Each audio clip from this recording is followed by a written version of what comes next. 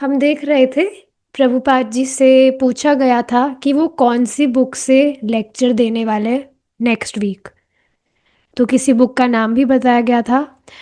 तो लोग समझ रहे थे कि जिस तरह से कॉलेज में कुछ कोर्सेज करवाए जाते हैं वर्ल्ड रिलीजन पर, तो वैसा ही कुछ प्रभुपाद पढ़ाने वाले हैं। जैसे एक माता जी है, she is not from India, she is from another country. तो मैं उनको हरे कृष्णा महामंत्र के विषय में बताने का प्रयास कर रही थी। मैंने उनको बताया, तो वो पूछ रही थी कि मतलब क्या है। मतलब मैं उनको कह रही थी आपने कभी चैंटिंग ट्राई किया है, आप चैंटिंग करना चाहेंगे? मैं चैंटिंग करती हूँ इस तरह से। मैंने महामंत्र के बारे में उनको बताया। तो वो मतलब पूछ रही कि ये इसका मतलब क्या है। तो अब स्वाभाविक सी बात है, जब वो इसका मतलब पूछ रही है, so she don't know who is Krishna. Krishna कौन है, भगवान है कि क्या है, वो नहीं जान रही है। तो मैंने उनको कुछ एक्सप्लेनेशन दिया था इनडायरेक्टली, जैसे वो ग्रैप कर सके। तो बाद में वो सोच रही थी अच्छा अच्छा, मुझे लगा कि ये कुछ रिलीजन से रिलेटेड है या ये भगवान के नाम है, इस तरह से वो कह रही थी। तो बाद में मैं उनको बता रही थी कि this is not limited to religion. ये जो महामंत्र है ये यूनिवर्सल प्लेटफॉर्म पे वर्क करता है, किसी रिलीजन पे लिमिटेड नहीं है। और इसका प्रमाण क्या है? पूरे वर्ल्ड में आप देखेंगे जितनी भी कंट्रीज़ हैं सब जगह people are practicing this chanting of महामंत्र। तो ये किसी रिलीजन पे नहीं है। बाद में उनको रिलीजन का मतलब भी बताया था कि रिलीजन या फेथ जो है वो तो कैसे चेंज हो जाता है, पर ये जो महामंत्र है ये किसी रिलीजन तक लिमिटेड नहीं है। तो उसी तरह से प्रभुपाद जी यहाँ बता रहे हैं कि भगवत गीता में सब कुछ है, तो कहीं कुछ और पढ़ने की ज़रूरत नहीं है। कहा ही जाता है ना कि सभी जो शास्त्र है, वेद जो भी सार है, वो भगवत गीता है, essence of all the scriptures और भागवतम। ठीक है, आगे देखिए। और भी कुछ क्वेश्चंस थे। What about कैमस? तो प्रभुपाद जी ने पूछा कि उनकी क्या फिलॉसफी है। तो कैमस अब इस तरह से यहाँ बताया जा रहा है कि वो लोग कहते हैं कि सब कुछ व्यर्थ है, एवरीथिंग इज एब्जर्ड, सब कुछ व्यर्थ है, और सिर्फ the only philosophical question is whether to commit suicide.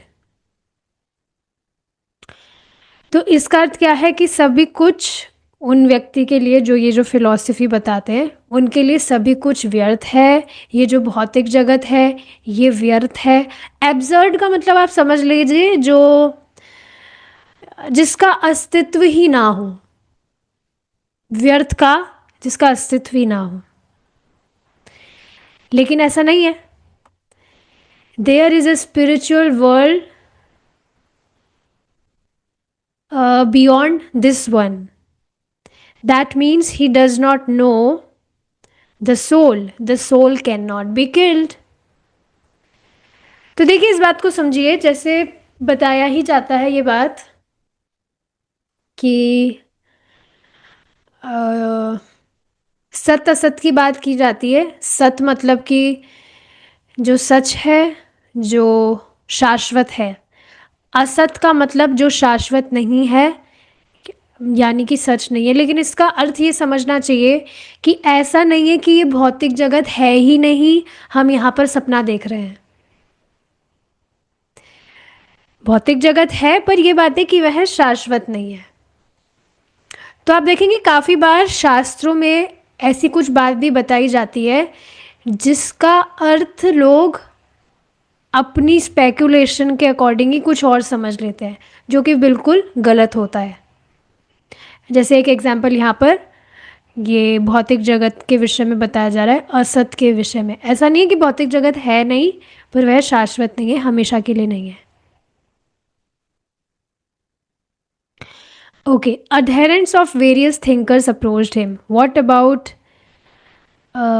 Nietzsche? नीचे, काफका, टिमोथी लेरे, Bob Dylan. Prabhupada would ask what their philosophy was, and the particular follower would have to explain and defend his favorite intellectual hero. तो यहाँ पर जो भी लोग आ रहे थे वो अलग अलग फिलॉसफी सुनकर आए थे। प्रभुपाद जी उनकी फिलॉसफी के विषय में पूछते थे कि भाई आप ये जो फिलॉसफी जिनकी सुन के आए हैं उनका क्या मत है, क्या कहना चाहते हो। फिर वो जो पर्टिकुलर व्यक्ति है जो फिलॉसफी को सुन रहा था उसको बताना होता था कि उसको एक्सप्लेन करना होता था बेसिकली वो जो भी फिलॉसफी है, and defend his favourite intellectual hero. तो देखिए प्रभुपाद जी क्या कह रहे हैं कि ये सभी मेंटल स्पेक्युलेटर्स हैं, बस अपने हिसाब से व्याख्या करना। कहीं ना कहीं पता नहीं आपको ऐसा होता है कि नहीं, मुझे कहीं ना कहीं थोड़ा क्रोध आता है कि ये लोग क्यों बिना मतलब की चीज़ें करते हैं। अरे भाई भगवान की जो बात है उसको यथावत स्वीकार करने में दिक्कत क्या है? क्यों अपनी बुद्धि से तुम चेंज करना चाहते हो उसको? भगवान जो बात बता रहे हैं उसको एज इट इज़ फॉलो कर लेना चाहिए ना, बट नहीं, स्पेक्यूलेट करेंगे लोग। और देखिए उनका स्पेक्यूलेट करने का एकमात्र जो कारण है वो क्या है कि वे खुद को ग्रेट साबित करना चाहते हैं कि देखो मैं कितना बुद्धिमान हूँ, मैं अपने हिसाब से व्याख्या कर सकता हूँ। पर ये उनकी बुद्धिमत्ता नहीं है, ये उनका पागलपन है, ये उनकी मूर्खता है। समझ रहे इस बात को आप? भाई अब आप जैसे मेरे से कुछ क्वेश्चन पूछे तो आप फॉर एग्जाम्पल आप समझ रहे हैं कि मैं आपसे थोड़ा इंटेलिजेंट हूँ, तभी आप मेरे पास आए हैं कुछ क्वेश्चन पूछने के लिए, कुछ क्वेरी लेने के लिए। अब मैं मेरे दिमाग में सोचूं अरे अगर मैं अब इस क्वेश्चन का आंसर नहीं दे पाई तो फिर मेरी तो मतलब ये सत्यापित हो जाएगा कि मैं कम इंटेलिजेंट हूँ, मुझे तो क्वेश्चन का आंसर ही नहीं पता है। तो अब उस बात को छुपाने के लिए मैं क्या करूँगी, मैं स्पेक्यूलेट करने लग जाऊँगी। मैं ऐसा करती नहीं हूँ, मुझे बहुत डर लगता है इन चीज़ों से कि भाई ऐसी कोई अप्रामाणिक बात मुख से ना निकल जाए जो भगवान को प्रसन्न करने वाली ना हो, मुझे बहुत डर लगता है। सो यस मैं एग्जाम्पल के लिए बता रही हूँ कि स्पेक्यूलेट व्यक्ति क्यों करता है, ये सत्यापित करने के लिए कि वह कितना इंटेलिजेंट है। और पता नहीं ऐसा आपने स्कूल या कॉलेज में किया होगा, कोई आपसे क्वेश्चन पूछ रहा है तो आपको उसका आंसर नहीं पता होता है तो आप उसको बस अपने मन से बताने लगते हैं।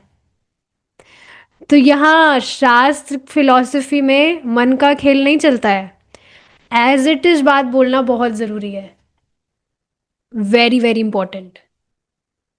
और अगर नहीं पता है एज इट इज बात तो उसको स्वीकार करने में कोई गलत बात थोड़ी है, बल्कि अच्छी बात है कि भाई नहीं पता है। देखो चीटिंग नहीं कर रहे हैं, इनको नहीं पता है तो एकदम स्पष्ट बता रहे कि भाई नहीं पता है।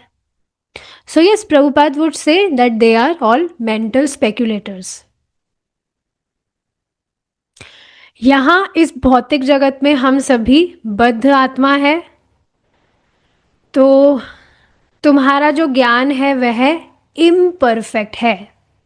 हमारी जो सेंसेस है वो ब्लंट है, ब्लंट मतलब कि अपूर्ण है। तो किसी का क्या मत है इस पर कुछ फर्क नहीं पड़ता है, that what good is your opinion. यहाँ शास्त्र जो है वो हमारे ओपिनियन को सेटिस्फाई करने के लिए नहीं है कि हमारा मत क्या है या तुम्हारा मत क्या है। हमें परफेक्ट ऑथोरिटी से सुनना ज़रूरी है, और वो परफेक्ट ऑथोरिटी कौन है? स्वयं भगवान। तो इस बात को आप समझ रहे हैं कि ये जो परंपरा में ज्ञान आ रहा है ये स्वयं भगवान से आ रहा है, इस वजह से ये परफेक्ट है और इसमें कुछ चेंजेस नहीं है। इस वजह से ये परफेक्ट है और इस वजह से आराम से व्यक्ति इस पर श्रद्धा रखते हुए इसको फॉलो कर सकता है और वह फॉलो करेगा। देखिए बार बार इस चीज़ को स्मरण करना चाहिए कभी भी अगर डाउट आ जाता है तो, कि क्या हम सही पथ पर हैं भी कि नहीं। तो आप स्वयं कॉन्शियस रहिए इस चीज़ के लिए कि जब से आप भक्ति करना शुरू किए हैं तब से लेकर अब तक, what ever good qualities you have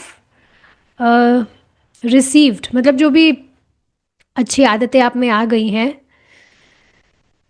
वो कोई सामान्य व्यक्ति आप देखेंगे वो कोई दूसरा प्रोसेस फॉलो कर रहा होगा कृष्णा कॉन्शियसनेस के से अलग, तो आप देखेंगे उनके जीवन में वैसा कुछ ट्रांसफॉर्मेशन नहीं है।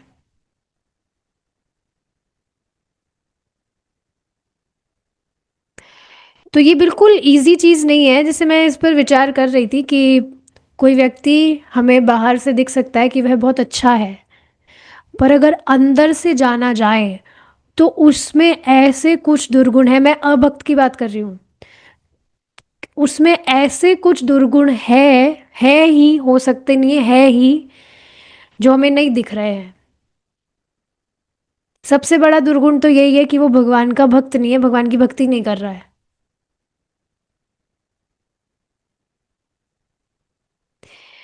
और जो भगवान की भक्ति कर रहा है एक्सटर्नली, उसमें हमें बहुत सारे दुर्गुण दिख भी सकते हैं, पर भगवान उसको क्या बोल रहे हैं, उसको साधु ही मानो।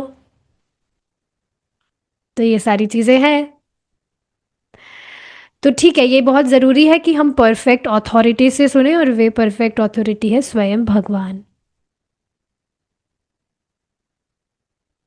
तो एक लड़का वहां पर पूछता है, तो क्या आपका ये मानना है कि यहाँ जो भी बड़े बड़े फिलोसोफर्स हैं, they are not God conscious? तो इस पर प्रभुपाद जी क्या कह रहे हैं कि उनकी सिंसियरिटी बताती है कि क्या वे भगवान कृष्ण भावना भावित, भगवान भावना भावित है कि नहीं। भगवान और कृष्णा सेम थिंग। लेकिन अगर if we want perfect knowledge of God, then we have to consult shastra. देखिए, भगवान के विषय में अगर सही सही ज्ञान हमें चाहिए, तो शास्त्र से अलग आप कहीं और कुछ सुन ले तो आप भगवान के विषय में समझ जाएंगे, ऐसा पॉसिबल नहीं है। भगवान के विषय में भगवान के विषय में जानने के लिए ज़रूरी है दैट यू अप्रोच शास्त्र, एंड शास्त्र मीन्स भगवद गीता, श्रीमद् भागवतम। सीधी सी बात है। यहाँ पर शास्त्र कहा जाए तो ऐसा तो नहीं आप उपनिषद छाटने जा रहे हैं या जो भी वेद छाटने जा रहे हैं, उसमें वैसे भी सीधी तरह से बात बताई नहीं गई है, घुमा फिरा कर बात बता रहे हैं, कुछ समझ में भी नहीं आएगा। So Bhagavad Gita and Srimad Bhagavatam are good. Okay, तो ये बहुत इंपॉर्टेंट चीज़ है। इस जगत में भी आप किसी भी व्यक्ति के विषय में अगर जानते हैं, तो कैसे जानते हैं? उनके विषय में सही सही सुन के, और उनके विषय में सही सही कहाँ से सुनने को मिलता है? उनके घर वालों से या कहीं से भी मिल जाएगा। पर यहाँ भगवान के विषय में जानने के लिए उसी तरह शास्त्र से सुनना ज़रूरी है, क्योंकि शास्त्र हमें भगवान के द्वारा ही दिए गए। इस पर देखिए, वो सुंदर बात आज प्रभु जी ने शेयर की थी, अगर आपने देखा हो ग्रुप में, कल की थी एक्चुअली, शाम के टाइम। भगवान ने बहुत, ये परम पूज्य राधा गोविंद महाराज जी के द्वारा बताया गया है, भगवान ने बहुत कृपा करके हमें शास्त्र प्रदान किए हैं। यदि हम उन शास्त्रों को पढ़ेंगे ही नहीं, तो हम कैसे आशा रख सकते हैं कि हमारा आध्यात्मिक जीवन सफल होगा? कैसे हम आशा कर सकते हैं कि हम भगवान के विषय में ठीक ठीक जान पाएंगे? और भगवान ने ये शास्त्र हमें दिए हैं, फर्स्ट लाइन में क्लियर हो रहा है, अतः प्रत्येक व्यक्ति को चाहिए कि वह नियमित रूप से शास्त्रों को पढ़े। यदि कोई पहले ही पढ़ चुका है और अभ्यास नहीं कर रहा है, तो अवश्य भूल जाएगा। इस वजह से तो बार बार सुनना ज़रूरी है। मैं इस पर सोच रही थी, जैसे आज भी मैं आज सुन रही थी कि नहीं पता नहीं, पर कल सुन रही थी, तो मैं सोच रही थी कि इस तरह से नाम की महिमा बार बार सुन रहे हैं कि कैसे गंभीरता से जप किया जाए, अटेंटिव जप किया जाए, तो बार बार इसको सुनने से अप्लाई कर पाएंगे, और उस अप्लाई करने के अभ्यास से हम वास्तव में अब अभ्यस्त हो जाएंगे कि हम अटेंटिव चांटिंग ही करें। तो बार बार हमारा सुनना क्यों ज़रूरी है? एक बार या काफ़ी बार तो हमने सुन ही लिया कि भाई गंभीरता से जप करना चाहिए, गंभीरता से जप करना चाहिए, नाम प्रभु स्वयं व्यक्ति है, भगवान से अलग नहीं है। लेकिन फिर भी इसको बार बार सुनना ज़रूरी है, क्योंकि हमारी भूलने की टेंडेंसी है ही, हम भूल ही जाते हैं। और इसका अगर आपको यकीन नहीं हो रहा है तो इसका प्रमाण मैं अभी दे देती हूँ। आपने परसों सुबह क्या खाया था, आपको याद भी नहीं आएगा, बहुत दिमाग लगाना पड़ेगा। मुझे भी याद नहीं आ रहा है। तो बताइए, परसों का सुबह खाया हुआ हमें याद नहीं रहता है, तो और बाकी सारी बातें तो हमें याद रहे, ये तो मुश्किल ही है। इस वजह से बार बार सुनना बहुत ज़रूरी है। इसलिए पढ़ने के बाद पुनः पुनः अभ्यास भी आवश्यक है। स्वयं भगवान कृष्ण भी यही चाहते हैं। तो भाई अब भगवान जो चाहते हैं वो तो हमें करना ही है। So this is very important. So देखिए, उस समय बहुत सारे इस तरह के चैलेंजेस आए थे, लेकिन under the Swami's stare and hard logic, the challenger would usually trail off into thoughtful silence. ये चीज़ तो आप देखेंगे ही, प्रभुपाद जी की पुस्तकों में भी हम देखते हैं, और क्लिप्स वगैरह भी अगर आप देखें तो कोई भी चैलेंजिंग एटीट्यूड के साथ भी प्रभुपाद जी के सामने आता था, तो उनके जो रेस्पॉन्स थे, उनके मतलब लॉजिक के साथ में जो रिस्पॉन्स होते हैं, वो इस तरह के हुआ करते थे कि व्यक्ति जो चैलेंज के साथ आया है वो खुद ही चुप हो जाता और सोच में पड़ जाता कि अरे ऐसा कैसे। ये देखेंगे कि नहीं आप? देखेंगे शाम की भी जो क्लास होती है उसमें प्रभुपाद जी के जो भी पर्पट्स हैं, उसमें आप देखेंगे कि किस तरह से प्रभुपाद जी खंडन करते हैं गलत, जो भी गलत सिद्धांत है उसका। या जो हमारे पूर्वाचार्य गण हैं, रूप गोस्वामी जी को देखिए आप, किस तरह से गलत बातों का खंडन करते हुए चलते हैं, एकदम तलवार की तरह।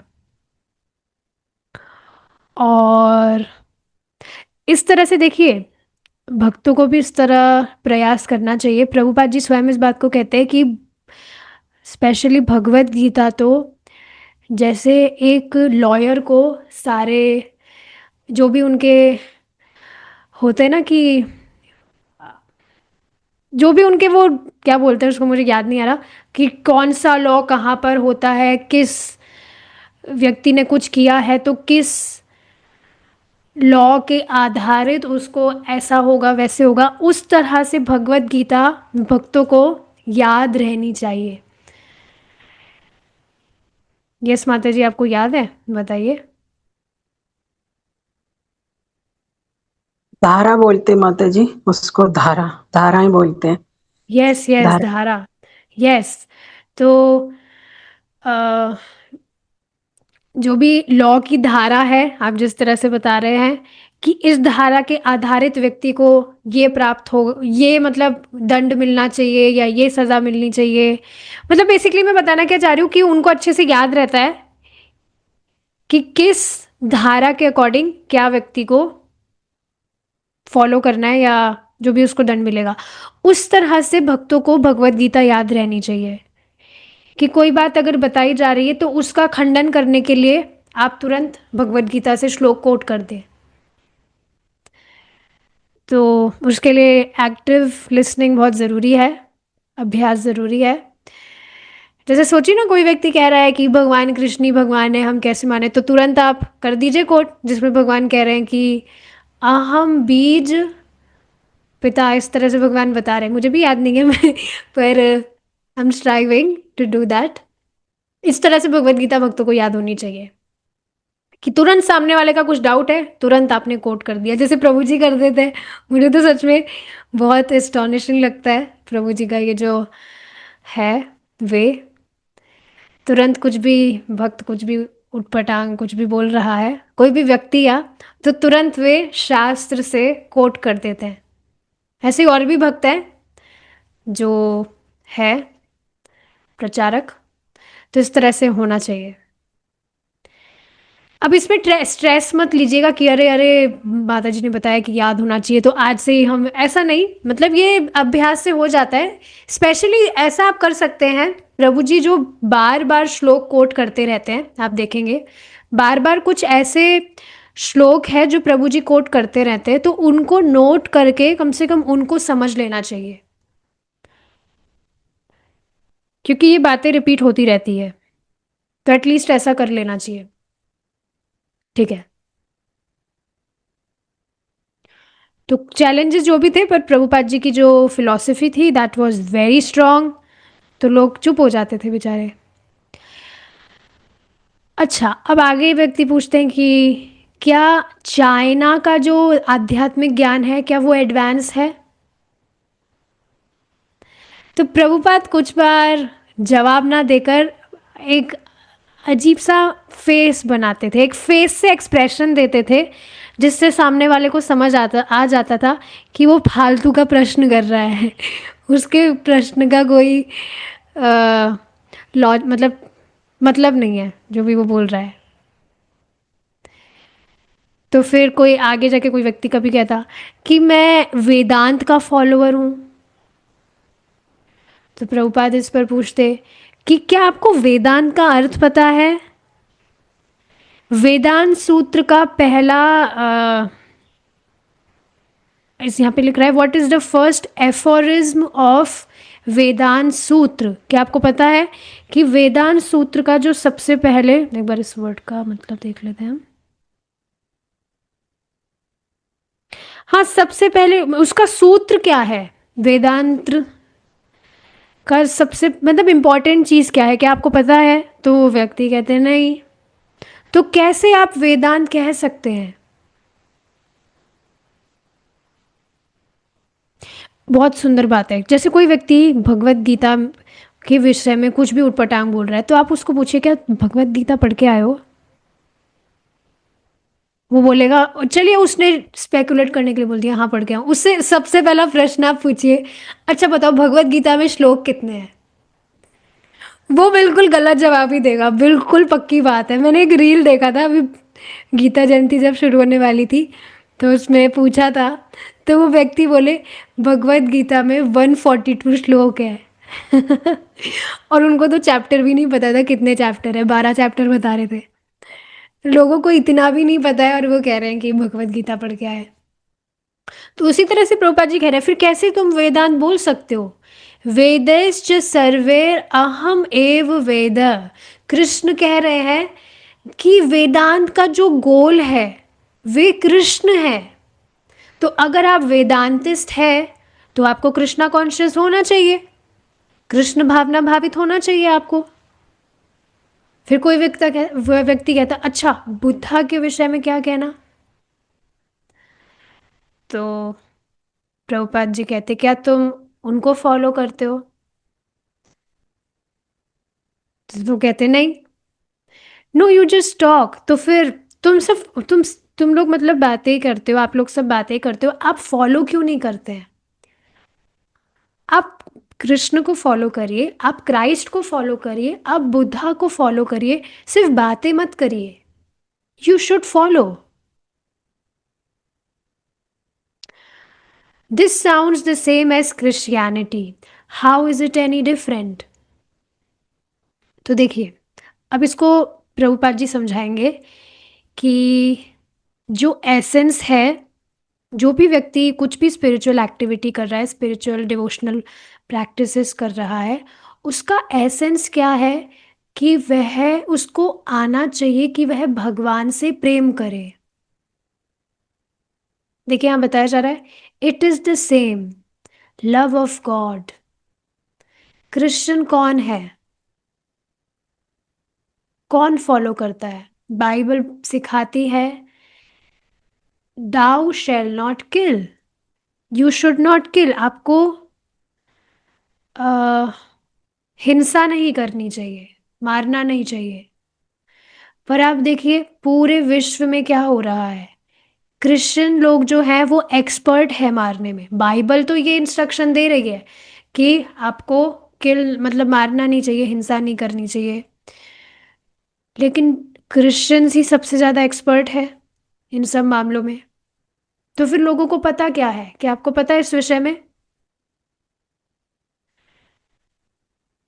I believe the Christian says that Jesus Christ died for our sins. So why are you still sinning? कि क्रिश्चियन लोग इस तरह से कहते हैं कि जो जीसस क्राइस्ट है वो हमारे पापों की वजह से वे अ, मृत्यु को प्राप्त कर लिए। ही डाइड मतलब ही लेफ्ट हिज बॉडी। तो फिर आप अभी भी पाप क्यों कर रहे हैं? यस माता जी, आप कुछ कहना चाह रहे हैं? जी माता जी, वो लोग मानते हैं कि कुछ जीवों में, पशुओं में, जीव जंतुओं में आत्मा ही नहीं होती, तो वो कहते हैं कि उनको मारने का पाप नहीं लगता। जी जी जी। हाँ, ये बात बताई जाती है। तो उन्होंने बाइबल को इस तरह से स्टेटमेंट को चेंज कर दिया। डाउ शैल नॉट किल की जगह उन्होंने अपने आप से चेंज कर दिया, डाउ शैल नॉट मर्डर। तो मर्डर तो सिर्फ ह्यूमन बींग्स का होता है। कभी भी ऐसा तो नहीं कहा जाता ना कि आपने कोई भी पशु है उसका मर्डर कर दिया। मर्डर जो है वो ह्यूमन बींग्स का होता है। तो यस, इसका कंक्लूजन क्या निकलता है? लोग अपनी इंद्रिय तृप्ति के लिए ये सारी चीजें कर रहे हैं। और प्रभुपाद जी से एक व्यक्ति ने बात भी की थी, इस पर एक क्लिप भी है जिसमें वो कह रहा था that we don't believe that animals have soul. और उसके बिलीफ का आधार क्या है? उसकी इंद्रिय तृप्ति। शास्त्र या बाइबल नहीं है उसकी बिलीफ का जो भी सोर्स है। सो यस, ये बातें बताई जा रही है। तो ठीक है, प्रभुपाद जी अमेरिकी लोगों के लिए एक स्ट्रेंजर थे, एक अजनबी थे। और एब्सोल्यूट नॉलेज जो परम सत्य है, परम सत्य के विषय में जो ज्ञान है, उसके विषय में भी उनको कुछ भी ज्ञान नहीं था। तो जब भी व्यक्ति उनके पास आता, कोई भी व्यक्ति प्रभुपाद जी के पास आता, तो वो प्रभुपाद जी अपना टाइम खराब नहीं करते कि मतलब जो भी फालतू की बातें कर रहे हैं बस उनकी बातों में लग गए। वो फिलॉसफी बताते। इस बात को आप समझ रहे हैं? जैसे आप भी किसी व्यक्ति को भगवान की बात बताने का प्रयास कर रहे हैं, तो बिल्कुल संभावना है कि वो कुछ ना कुछ उटपटांग बातें बोलेगा, जो वो इधर उधर का कचरा उसने कुछ सुना है पक्का वो बोलेगा। पर आप उसकी बातों में मतलब ना जाकर फिलॉसफी बोलनी चाहिए और फिलॉसफी का कारण बताना चाहिए, शास्त्र से आपको कोट करना चाहिए। तब व्यक्ति का विश्वास ज़्यादा बढ़ता है कि हाँ भाई, ये खुद की बात नहीं बता रहा है, ये शास्त्र कोट कर रहा है। तो प्रभुपाद जिस तरह से he would not waste time, he talked philosophy, reason and argument. Argument मतलब खंडन करना उनकी जो भी बातें हैं उसका। और ये जो इम्पर्सनलिज्म मतलब ये जो निराकारवादी है या जो नास्तिक लोग हैं, उसका खंडन प्रभुपाद जी करते कॉन्स्टेंटली फिलॉसफी के द्वारा, और स्ट्रांगली बोलते, है ना, भगवान के अस्तित्व को स्थापित करने के लिए थोड़ा बोल्डली प्रभुपाद जी बोला करते थे। और यूनिवर्सलिटी ऑफ कृष्णा कॉन्शियसनेस, ये बहुत ब्यूटीफुल पॉइंट मुझे लगता है सच में। हर ही दिन, ऑलमोस्ट हर दिन I feel very grateful about this कि भगवान कृष्ण सभी के भगवान है, क्योंकि वे परमेश्वर है और हम आत्मा है, जीवात्मा है, हम उनके अंश हैं। तो ये यूनिवर्सलिटी को वास्तव में प्रभुपाद जी स्थापित किए हैं पूरे विश्व भर में, भगवान कृष्ण के मंदिर स्थापित करके पूरे विश्व भर में लोगों को भगवान का भक्त बनाकर। तो यहाँ से मुझे बहुत ज़्यादा हेल्प मिल जाती है कि भारत से कोई बाहर भी कोई लोग हैं, तो ये वर्ल्ड वाला एग्जाम्पल देकर बहुत इजी हो जाता है कि भाई मैं आपको कोई लिमिटेड रिलीजन इम्पोज नहीं कर रही हूँ आप पर, ये यूनिवर्सल चीज़ है क्योंकि पूरे वर्ल्ड में सब इसको फॉलो कर रहे हैं। तो प्रभुपाद जी यही बात स्थापित करते, universality of Krishna consciousness. Universality का मतलब आप समझ रहे हैं ना कि ये एक रिलीजन में लिमिटेड नहीं है ये चीज़। Krishna is God of everyone. Krishna सभी के भगवान है।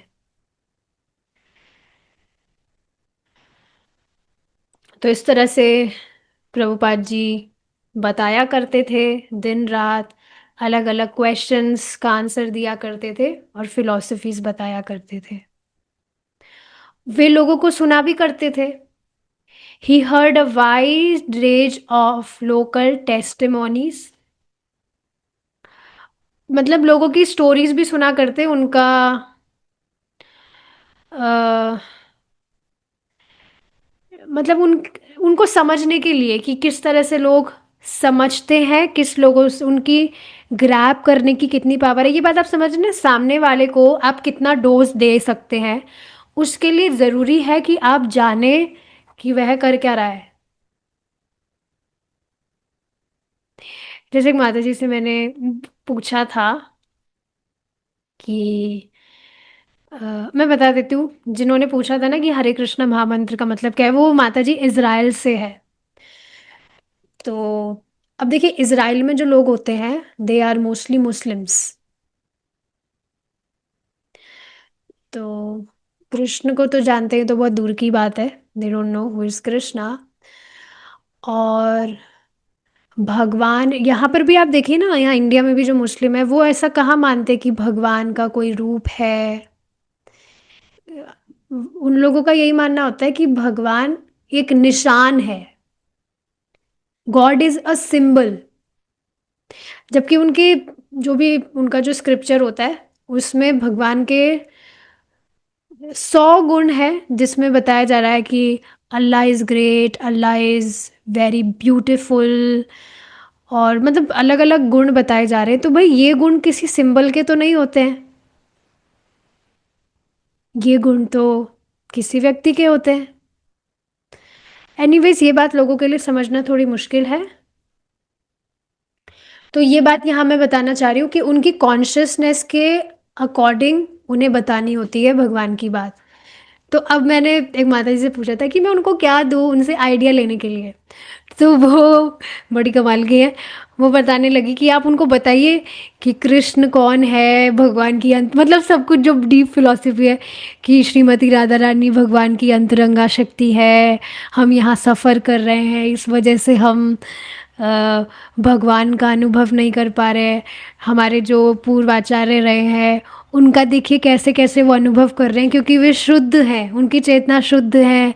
तो एक नाम बोल के भी they are crying because they are feeling कि भगवान का नाम ही भगवान है। तो अब इतनी डीप फिलॉसफी बताइए मैं कैसे उन माता जी को बता सकती हूँ, इजराइल वाली। ये थोड़ी हास्यास्पद बात नहीं हो गई? बट एनीवेज, यहाँ मैं बताना क्या चाह रही हूँ कि सामने वाला कितना डोज एक्सेप्ट कर सकता है, उसकी कॉन्शियसनेस कैसी है, उसके हिसाब से आपको बताना होगा। अब ये सारी बात मैं उन माता जी को बता देती, वो पक्का भाग जाती, क्योंकि ये बातें भाई बहुत एब्स्ट्रैक्ट है लोगों के लिए, कैसे कोई समझ सकता है। So yes, it's not that easy. भाई इंडिया में, यहाँ भारत में आप ये सारी बात बताए तो भी लोगों को नहीं समझ आएगा, बहुत मुश्किल है। तो वो इसराइल में वो माता जी वो कैसे ये सारी बातें समझ सकती है। तो यस, प्रभुपाद जी इस तरह से लोगों को सुना करते थे। He heard the dissatisfaction of young Americans with the war and with American society. एक लड़के ने उनको बताया कि वो शादी नहीं करना चाहता because he could not find a chaste girl, so it was better to go with prostitutes। तो इस तरह से लोग अलग अलग अपनी कुछ भी बातें बताया करते थे। बहुत अजीब अजीब बातें, मैं बस उसको पढ़ दे रही हूँ। Another confided that his mother had plan to abort him, but at the last moment his grandmother had convinced her not to. He heard from homosexuals, someone told him. मैं अब इसको डिटेल में नहीं बता रही हूँ, अगर आपको ये टर्म समझ नहीं आते हैं तो आप गूगल कर सकते हैं। Because it would be little embarrassing for me. तो कुछ लोग इस तरह से बताते कि considered it chick to eat the flesh of aborted babies. And in every case he told, oh Krishna. आप देख रहे कितनी अजीब अजीब चीजें हैं बाहर लोगों की. इसका मतलब आप समझ रहे हैं. Eat the flesh of aborted babies. पशुओं का मांस छोड़िए, अबॉर्डेड बेबीज का मांस हो कृष्णा. तो आप देखेंगे लोग कितनी मतलब कैसी कैसी चीज़ें कर रहे हैं. और ये तो प्रभुपाद जी के टाइम की बात थी. अभी पता नहीं लोग क्या क्या कर रहे हैं. हम सुन सुन के हमारा दिमाग खराब हो जाएगा. तो आप इस बात को समझिए, जैसे जैसे कलयुग बढ़ रहा है बहुत बहुत हालत ख़राब होने वाली है.